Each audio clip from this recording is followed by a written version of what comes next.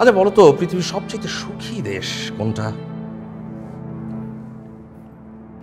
যে দেশের একজন মানুষও ক্ষুধার কষ্টে ভোগে না, সেটাই সবচেয়ে সুখী দেশ। রাইট, ইউর হতে পারে সেটা জাপান। কিন্তু একটা মজার ব্যাপার কি জানো, জাপানে সুইসাইডের প্রবণতা সবচেয়ে বেশি, কারণ ওরা আনন্দে আরামে থাকতে থাকতে ফেড আপ হয়ে যায়, তারপর সুইসাইড করে। আপনি আবারও ভুল বলছেন। মানুষ সুখী সুইসাইড করে না, দুঃখে সুইসাইড করে। যখন কেউ তার স্ত্রী সন্তানের মুখে খাবার তুলে দিতে পারে না, তখন সুইসাইড করে। যখন কারো একমাত্র মাথা গোজার ঠাঁই পুড়িয়ে দেওয়া হয়, তখন সুইসাইড করে। যখন কারো পরম স্বপ্ন অন্যায়ভাবে ছিনিয়ে নেওয়া হয়, তখন সুইসাইড করে।